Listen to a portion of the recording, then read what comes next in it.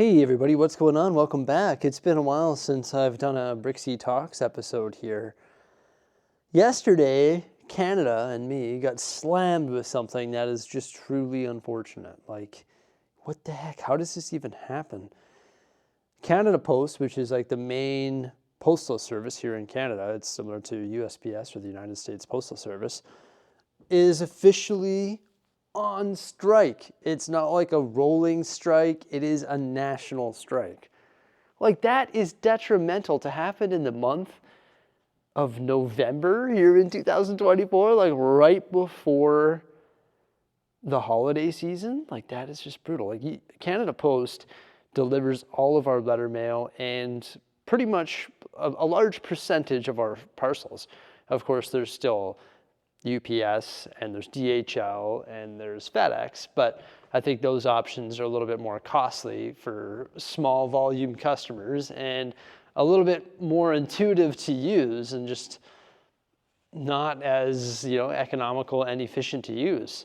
So it's just crazy that Canada Post has gone on strike in the month of November. I think they did this back in 2018 as well. They went on strike, and it lasted an entire month. So why is that not good? Well, I, as you know, sell things on Whatnot, and all the services that I provide, like all the shipments that I provide on Whatnot, are done through Canada Post. And there's not really an efficient way to transition those services to UPS or FedEx. I do have the option of doing that, but unfortunately, it's just not going to work. So it sort of like puts this big chunk of my business and hundreds of thousands of other businesses here in Canada on hold. Like, what? How can that even be a thing? That's just not good at all. So that's what I've been sort of dealing with mentally here over the last 24 hours, is that devastating news.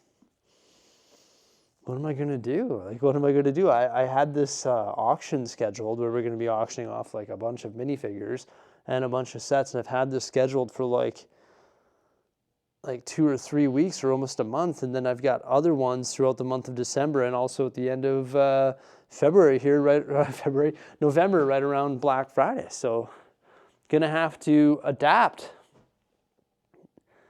and maybe put some of this stuff on pause after today, which is just like detrimental.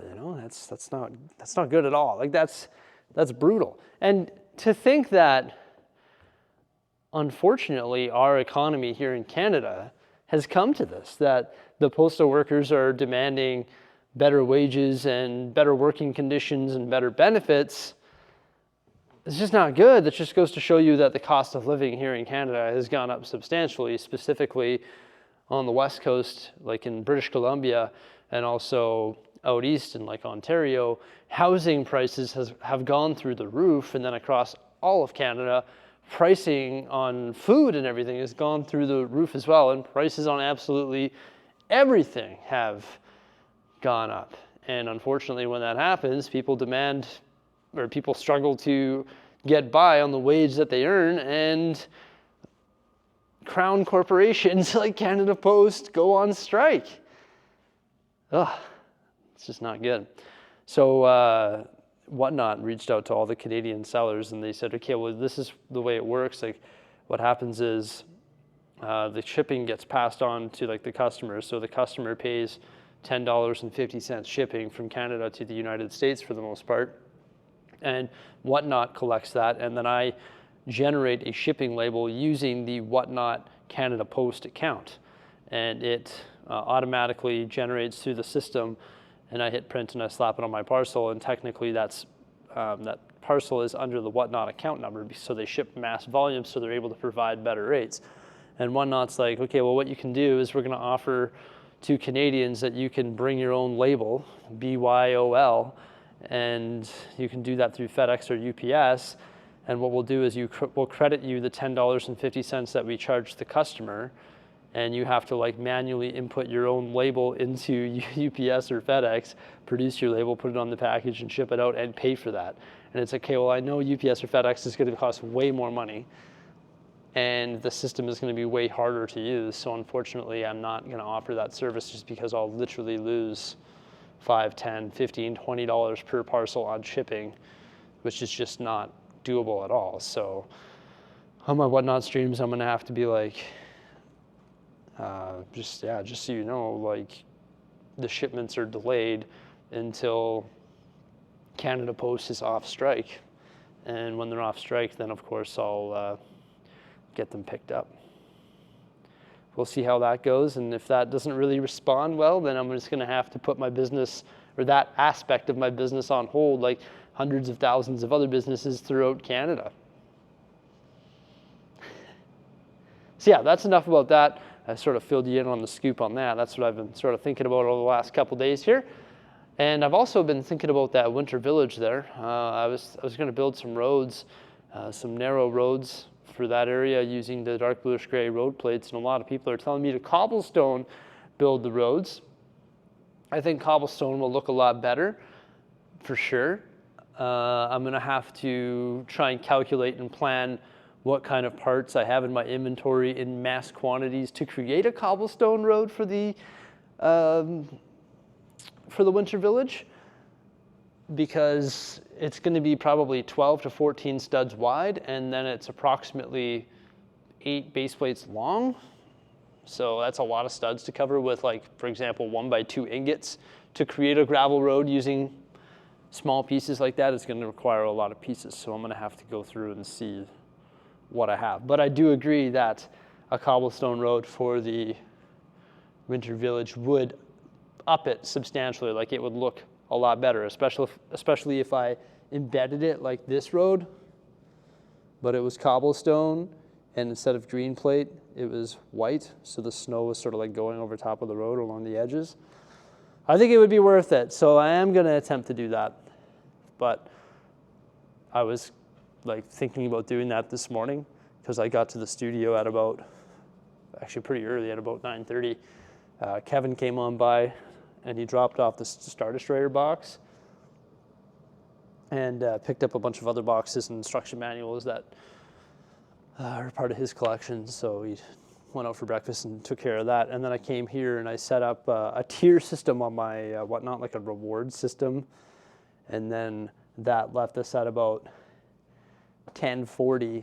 And I was like, okay, I have an hour and 20 minutes before this whatnot stream starts. What am I going to do? Am I going to work on like the city or something? And then I was like, okay, well, I got like this stuff everywhere. So I was like, oh, well, let's just film like a quick Bricksie Talks video. And I am thinking about starting a cobblestone design. So it's probably what I'll do after this little episode, amongst getting ready for the stream. Hey, when I was at the mall yesterday, I did something again. I did this back in the day, and I did it again yesterday. I went to the Apple store, and I was looking at the new MacBooks, the M4 MacBooks. They look pretty legit. I sort of want to get one of those. I'm glad that I bought a Mac Mini a long time ago, and I tried it out for a few days only, and then I returned it, and I bought this computer. And I'm glad I did that, because now the new Mac Minis are out, or the new Mac M4s are out. So if I do opt in to go the Mac route, which is optimal for editing videos, well, then I can get the better computer, right? So there's the new M4 products, which are a lot better than the one that I had. So it was actually worth the wait, or worth the return.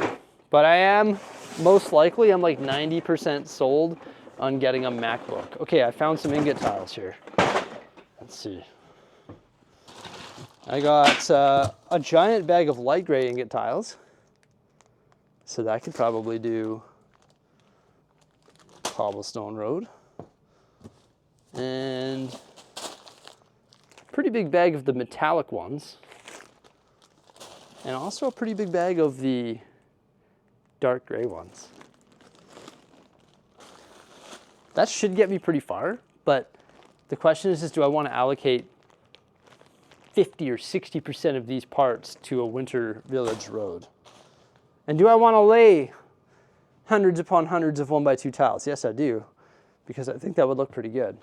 This is what I was thinking with these ingot tiles. Do primarily dark stone gray because I have, I guess, 3,000 of them.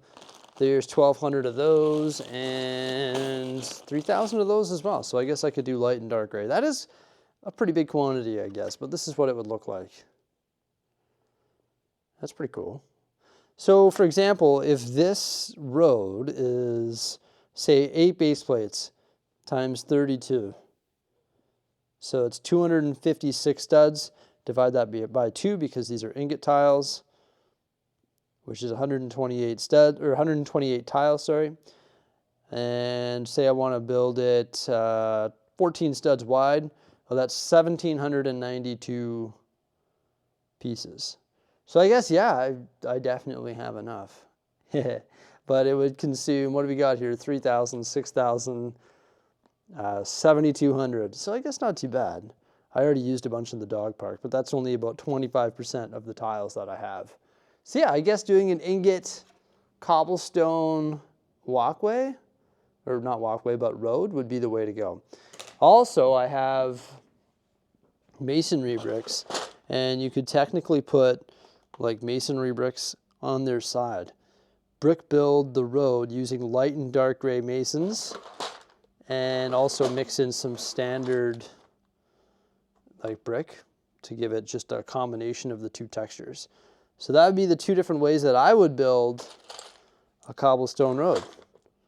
Masonry brick or ingot tiles. Which one do you think would look better? I think both would look pretty sweet, hey? Oh yeah, that would elevate the winter village in a big way, that's for sure. So I guess I'll be doing that in the near future. That's gonna be pretty cool. That'd be worth it. What do I do for the sidewalk beside that though? If this is the road, what do I do for the sidewalk? I'll think about that. But I don't think the road and the sidewalk should be the same. It's either I do this as the sidewalk and do the light bluish or dark bluish gray roads with the snow covering, or I do this as the road and something else for the sidewalk. I'll sleep on that. Today is going to be pretty interesting. I don't know how everybody's going to respond to this Canada Post strike. I guess we'll find out. Okay? I know how I'm going to respond to it. It's not good at all. I don't like it whatsoever. Tomorrow, which is Sunday, I hope to work on this gravel road and also the Winter Village a little bit. And then also I'm going to play pool at 1 o'clock because I'm part of a pool league. And normally it's on Wednesdays, but we had a bye match, so I've got to go play pool tomorrow at 1, and it's like on the other side of the city, so it's going to be like 2 hours of driving throughout the day, and then like 2 to 3 hours of playing pool. So there's 5 hours out of the day. We're at midday already, and then it's like, do I go home and see my kids, or do I come here and work on Lego-related projects like this?